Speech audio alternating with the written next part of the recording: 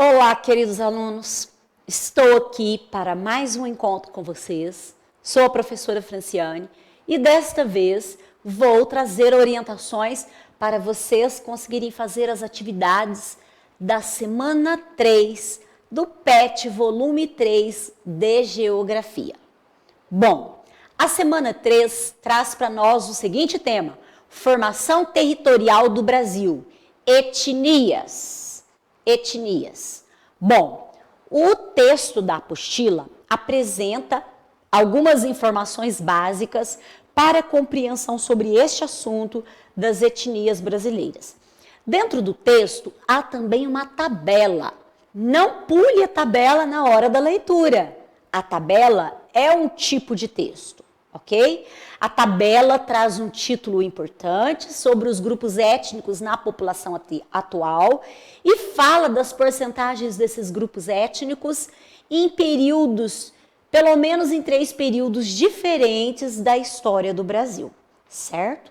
Quando você finalizar a leitura do texto e da tabela, você vai naquela seção que traz para você um link para você entrar no YouTube.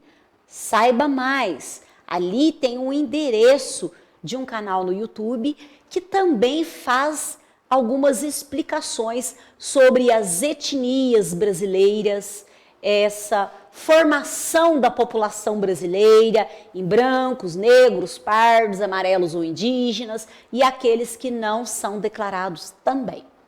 Quando você terminar a etapa das leituras, de ver o vídeo, então você vai para as atividades. E são estas atividades que vou estar orientando vocês a partir de agora. Vamos ver agora o enunciado para a atividade de número 1. Sobre a tabela do texto, faça o que é pedido. Então, existem itens por letras. Item A. Em que período a população brasileira deixa de ter sua maioria branca? A população brasileira deixa de ter uma maioria que se declara branca em qual período? Você olha na tabela, você vai ver do lado esquerdo que a coluna esquerda, ela indica o período, fases diferentes, datas diferentes da história brasileira. Você vai conferindo essa coluna da esquerda com a coluna que mostra a população branca e vai informar na letra A o período que deixa, onde a maioria deixa de se declarar branca. Item B.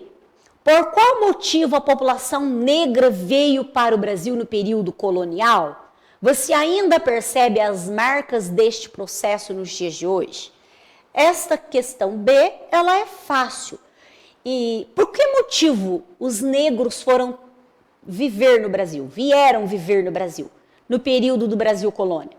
Eles foram tragos para cá. Você já estudou isso lá na disciplina de História. Puxe na sua memória aulas que você já teve sobre este assunto. E a segunda resposta é: hoje, nos dias atuais, você ainda percebe marcas deste processo no nosso Brasil? No nosso estado de Minas Gerais, marcas deste processo, ainda existem pessoas desta etnia vivendo no nosso Brasil, existem construções, edificações, fatos no Brasil, comemorações, práticas culturais que comprovam as marcas do processo dessa etnia vindo viver no Brasil, passando a viver e a fazer parte futuramente das nossas formações étnicas, das nossas origens enquanto povo brasileiro? Você tem 2 partes de respostas para a letra B. Faça a primeira, pontua e depois você faça a segunda, para a sua resposta não ficar pela metade ou incompleta, certo? Vamos ver o que pede no item C. Você tem contato com tribos indígenas? Conte sua experiência. Bom, talvez a maioria dos alunos não tem esse contato, mas às vezes você já teve alguma viagem que você tenha feita para algum lugar. Algumas pessoas às vezes fazem viagens e acabam tendo contato com tribos indígenas. Se a sua resposta for um sim, você escreve na frente como que foi essa experiência. o que você viu, o que vocês conversaram, o que você pôde aprender com eles. Se você nunca teve contato, também não deixe em branco. Você deve colocar uma resposta. Você pode colocar, eu nunca tive contato com tribos indígenas, certo? Vamos ver a número 2? Veja a seguir uma das obras de Lazar Segal, que tem como tema a migração. Bom, é uma obra, é uma pintura sobre tela de um artista que quis falar sobre os emigrantes. Ele fez uma pintura para falar dessas populações que saíam de um país para entrar em outro. Você observa, e se você está com versão colorida da apostila, às vezes até no formato digital, você deverá observar inclusive as cores, os tons de cores que foram usados nesta pintura, que isso vai ser importante. Letra A, o que mais chama a sua atenção na obra? Por quê?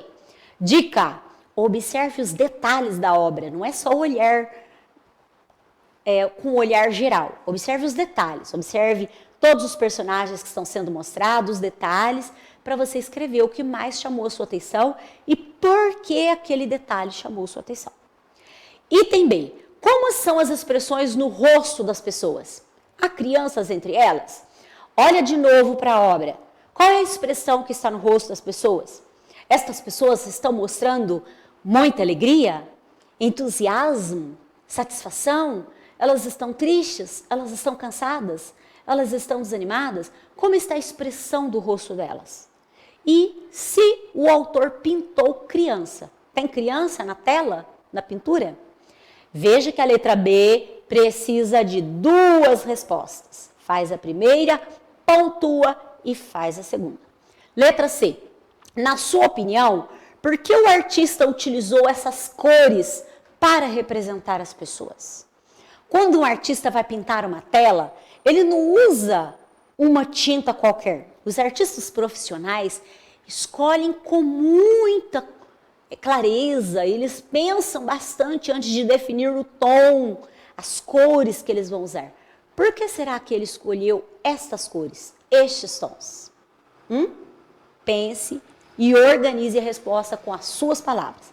Vamos agora para a questão de número 3. O enunciado da questão 3 é: qual é sua etnia? Você sofre preconceitos por causa dela ou já presenciou alguma cena de agressão por causa da etnia? Relate. A número 3, a primeira parte da pergunta é pessoal. Qual é a sua etnia?